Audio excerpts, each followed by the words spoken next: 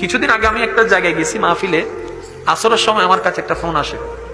Phone এসে আমাকে খুব মারাত্মকভাবে থ্রেট দিছে। আমাদের ধর্মের না, অন্য ধর্মের। কথাটা বুঝছেন? আমাদের ধর্মের না, অন্য ধর্মের মানুষ খুব খারাপ ভাবে আমাকে থ্রেট দিছে।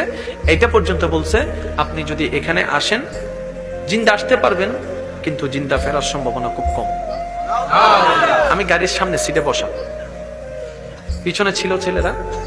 তাই আমি এটা যদি রিয়াকশন করি, স্বাভাবিক ওরা শুনে যাবে, লামটাম কাম বাইরে যাবে, ফেসবুকে স্ট্যাটাস দিয়ে দিবে, কাহিনী লম্বা হয়ে যাবে, প্রশাসন মিলে অনেক লম্বা কাম হয়ে যাবে।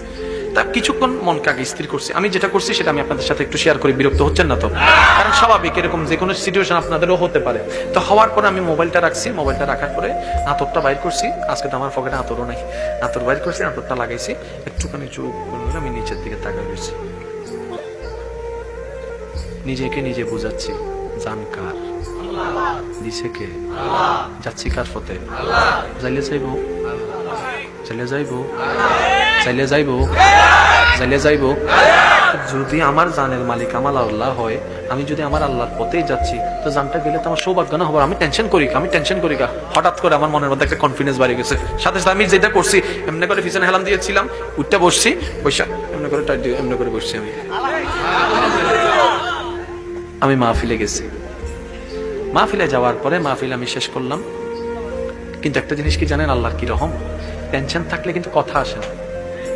ওই যে আমাকে থ্রেট দিছে, পুরা মাহফিলে আমার একটা বারের জন্য কথাটা মনে ছিল না, আমি করিয়ে চলে আসছি। যখন আমি স্টেজ থেকে নামতেছি, সবাই মহব্বতের বহিঃপ্রকাশ করতেছে, হঠাৎ করে আমার মাথায় লাগছে, কিরে হেকো, আল্লাহ এতক্ষণ পর্যন্ত আমার মাথা থেকে ভুলে দিছে। এখন মনে হচ্ছে কিরে সে কোথায়। আমি নামতেছি আর চোখ দিয়ে করতেছি, কারণ সুরের মন ফুলিশ। মনে রাখবেন আজকে একটা জিনিস, এই এলাকায় যদি একটা মার্ডার হয় 20 বছর পরও কিন্তু খুনি ধরা খাবে।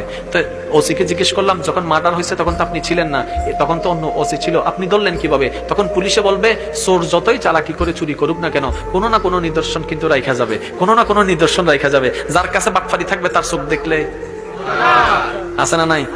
যেমন আপনি যতই মিথ্যা কথা বলেন, চোখে চোখ রেখে কিন্তু কথা কয় না কা, এই আমার চোখে চোখে চাইয়া কো, হ্যাঁ না কইতাম না, না তুই আমার চোখে চোখে চাইয়া কো, সরি। এটা একটা সাইকোলজিক্যাল একটা বিষয় আছে, যে আপনার জন্য মনে করেন এরকমের মধ্যে আপনি কিভাবে বুঝবেন, এই হাজার মানুষের ভিতরে আমি শুধু সবার চোখ তাকাচ্ছি। দেখলাম প্যান্ডেলের কর্নারের মধ্যে দূর থেকে একটা মোটা মানুষ, সে আমার দিকে যখন চোখে চোখ পড়ছে, আমি এই হইতে পারে। এখন আমি কি করছি, এই হলো এই জায়গায় আমাকে নিয়ে যাচ্ছে কমিটির ভাইরা, মহাব্বতের ভাইরা এইদিকে। আমি একজনকে বললাম, ভাই